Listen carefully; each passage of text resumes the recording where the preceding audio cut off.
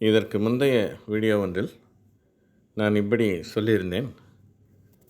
மாவடி அண்ணன் இனி தீர்க்க தரிசனம் சொல்லாதீங்க, நீங்கள் எல்லாம் தப்பு தப்பாக சொல்கிறீங்க, ஒன்றும் சரியாக சொல்ல மாட்டேங்கிறீங்க அப்படின்னு சொல்லியிருந்தேன். ஆனால் அவர் கண்டிப்பாக தீர்க்க தரிசனம் சொல்லுவார். சொல்லலைன்னா அவருடைய தோல்வியை ஒற்றுக்கொள்ளுகிற மாதிரி ஆகிடும்.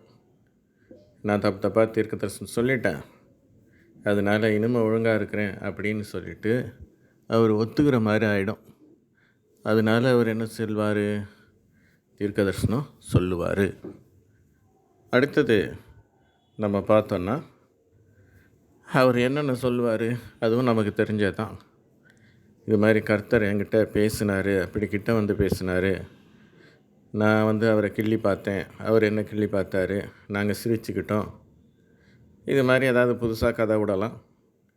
அவர் என்னென்ன சொன்னாரோ அப்படியே நான் அதை மைண்டில் வச்சுக்கிட்டேன் அல்லது எழுதி வச்சுக்கிட்டேன். சில விஷயத்தை சொல்லக்கூடாதுன்னு சொன்னார், அது சொல்லலை. மீதி காரியங்களை நான் சொல்கிறேன்னு சொல்லுவார்.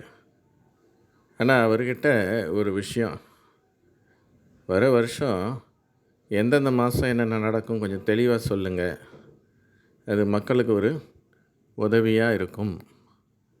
அது மாத்திரம் இல்லை, அடுத்தது நீங்கள் என்ன செய்யணும், எந்தெந்த நாட்டில் நடக்கும், சும்மா புயல் வரும் வெள்ளம் வரும்னு கரெக்டாக எந்த நாட்டில் நடக்கும்னு சொல்லுங்கள். இப்போ நீங்கள் இன்னொன்று என்னென்னா, அமெரிக்காவில் புயல் வரும், நீங்கள் அழிவு வரும், நீங்கள் பார்த்தா உங்கள் ஏரியாலே அழிவு வந்துருச்சு. சரி, 4 தெருவில் அப்படி இப்படி போய் அது கூட ஆளுங்களை அனுப்பி ஏதோ நிவாரணம்னு சொல்லி கொடுத்து அனுப்புனீங்க, அதையும் பார்த்தோம்.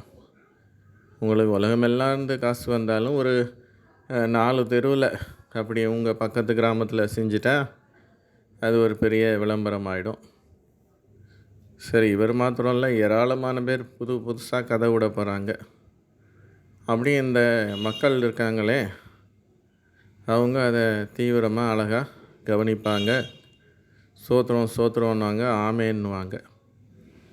இப்படி அவங்க கிறிஸ்தவத்தை கெடுப்பதற்கு, கிறிஸ்தவ மக்களை ஏமாற்றுவதற்கு, மற்ற மக்கள் மத்தியில் அதை ஒரு கேலி கூத்தாக்குவதற்கு இவர்கள் தீவிரமாக வேலை செய்து கொண்டிருக்கிறார்கள்.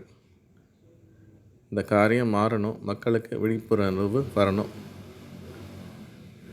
நாம் இதற்காக கர்த்தரை வேண்டிக் கொள்வோம்.